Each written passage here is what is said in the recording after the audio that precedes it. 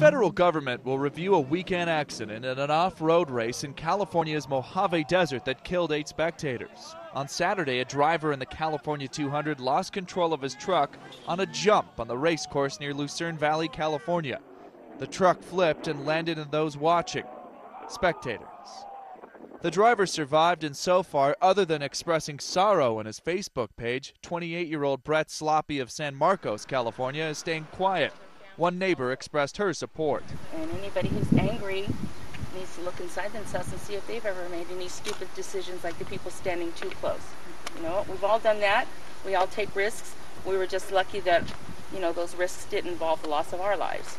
The focus is also on the race promoters and just how close many of those spectators were to the course. Amateur video shows some appear to have been almost at arm's length from speeding trucks.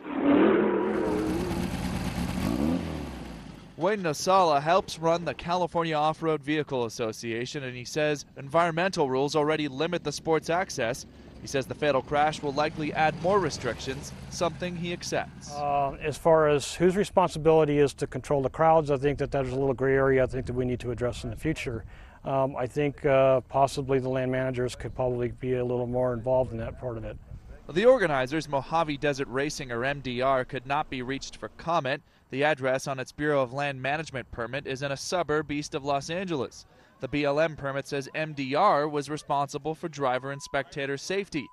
The permit also states that all persons involved in and all spectators of this event are to travel 15 miles per hour or less when passing within 50 feet of any social groups. One off-road race promoter says he makes sure to keep the crowds back from speeding vehicles, but says a 100% safe race is never a guarantee. There's just very little that we can do if somebody wants to act dumb, and that's the unfortunate thing. So we want to make sure that we are doing all that we can to maintain the safety aspect. Wayne Nosala says off-road racing brings money to dry inland California. He's not against further restrictions, but doesn't want the racing to blow away like the desert dust. When you go to one of these races and you see it for yourself and you experience it, you know what I'm talking about. It's hard to explain until you actually get out there and watch one of these things go. John Moe, The Associated Press, Mojave, California.